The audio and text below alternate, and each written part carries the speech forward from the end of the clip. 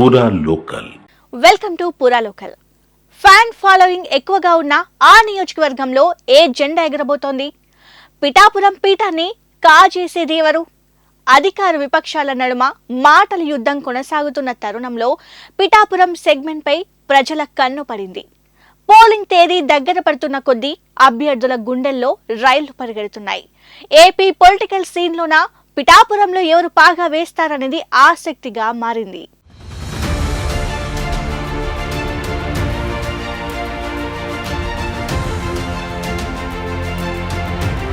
ఆంధ్రప్రదేశ్లో YCP versus కూటమి బరిలో కొట్లాడుతున్నాయి. వైసీపీ అభ్యర్థులు, కూటమి నేతలు ప్రచారంలో దూసుకెళ్తున్నారు.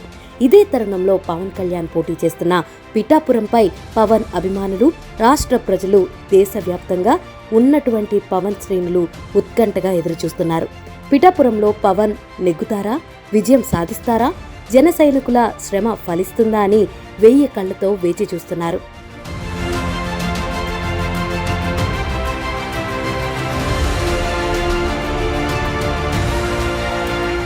పిఠాపురం శాసనసభ కింద 3 మండలాలున్నాయి.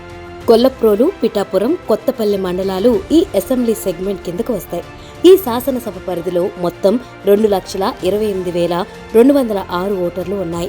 ఇందులో పురుషులు 1,14,261, మహిళలు 1,13,942 ఓటర్లు ఉండగా ఇతరులు 3 ఉన్నారు. ఆంధ్రనాట క్యాస్ట్ పాలిటిక్స్ ప్రభావం ఎక్కువగా ఉండడంతో కాపు సామాజిక వర్గం ఓట్లు 91,000 ఓట్లు ఉన్నాయి.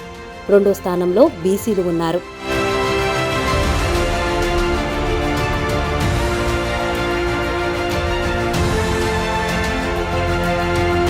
(1989) నుంచి అన్ని పార్టీలు ఒక్కోసారి గెలుపొందాయి.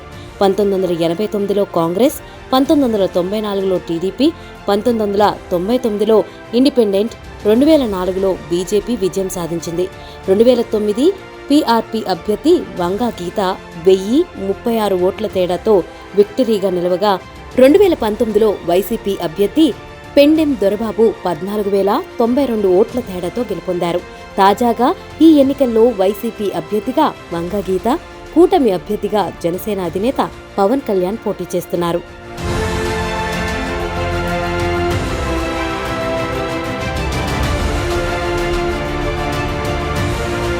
వంగా గీత 1993లో టీడీపీతో తన రాజకీయ ప్రస్థానాన్ని ప్రారంభించారు. 1989, 1993 వరకు ఆమె తూర్పుగోదావరి, విశాఖపట్నం, విజయనగరం, శ్రీకాకుళం జిల్లాలకు మహిళా శిశు సంక్షేమ శాఖ ప్రాంతీయ చైర్పర్సన్గా పనిచేశారు. 1995 నుంచి 2000 మధ్య తూర్పుగోదావరి జిల్లా పరిషత్ చైర్మన్గా పనిచేశారు. 1997లో టీడీపీ రాష్ట్ర ఉపాధ్యక్షురాలుగా నియామకమయ్యారు. 2000 నుంచి 2006 వరకు టీడీపీ నుంచి రాజ్యసభకు ఎన్నికయ్యారు.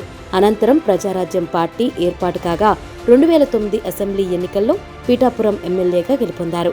కాంగ్రెస్లో ప్రజారాజ్యం విలీనం కాగా ఆమె ఆ పార్టీలో సభ్యురాలైంది.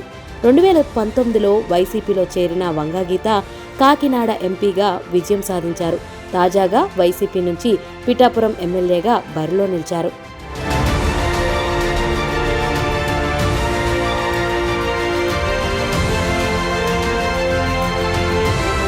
జనసేన అధినేత పవన్ కళ్యాణ్ తన రాజకీయ ప్రస్థానాన్ని ప్రజారాజ్యం నుంచి ప్రారంభించారు. 2008లో ఏర్పాటైన ప్రజారాజ్యంలో యువజన విభాగానికి అధ్యక్షుడిగా పనిచేశారు. ప్రజారాజ్యం కాంగ్రెస్లో విలీనం అనంతరం పాలిటిక్స్ కి సుదీర్ఘ విరామం తీసుకున్నారు పవన్. తర్వాత కాలంలో 2014 మార్చి 14న జనసేన పార్టీని స్థాపించారు. 2019 సార్వత్రిక ఎన్నికల్లో ఏపీలోని 140 స్థానాల్లో పోటీ చేసింది. పవన్ కళ్యాణ్ గాజువాక, భీమవరం అసెంబ్లీ సెగ్మెంట్లలో పోటీ చేసి ఓటమి పాలయ్యారు. తాజాగా పిఠాపురం నుంచి బరిలో నిలిచారు పవన్ కళ్యాణ్.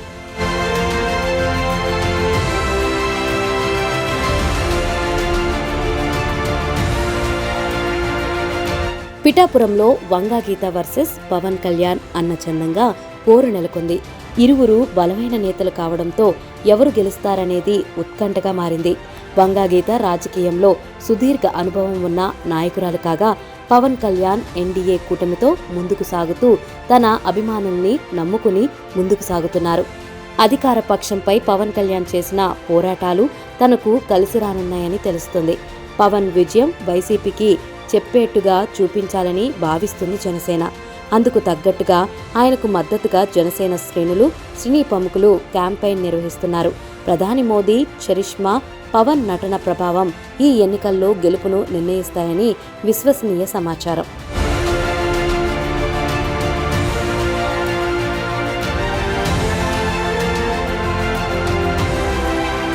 మరోవైపు పిఠాపురం నియోజకవర్గానికి టాలీవుడ్ సెలబ్రిటీలంతా క్యూ కడుతున్నారు. ఇప్పటికే పలువురు టీవీ, సినీ ఆర్టిస్టులు పిఠాపురంలో ముమ్మరంగా ప్రచారం చేస్తుండగా తాజాగా మెగా మేనల్లుడు సాయి ధరమ్ తేజ్ కూడా పిఠాపురం బాట పట్టారు. ఇటీవల మెగా హీరో వరుణ్ తేజ్ బాబాయ్ కోసం ప్రచారం చేయగా ఇప్పుడు మామయ్య కోసం ప్రచారం చేసేందుకు సాయి ధరమ్ తేజ్ సిద్ధమయ్యాడు. పిఠాపురంలో 3 రోజులు పర్యటించనున్న తేజ్ మచిలీపట్నం, పిఠాపురం, కాకినాడ నియోజకవర్గాల పరిధిలో ప్రచారం చేయనున్నారు.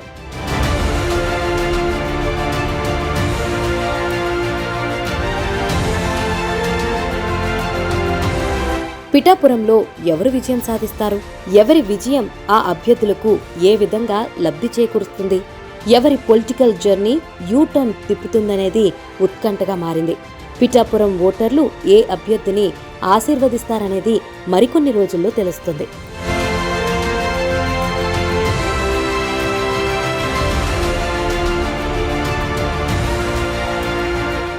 ఇది ఇవాల్టి స్పెషల్ స్టోరీ.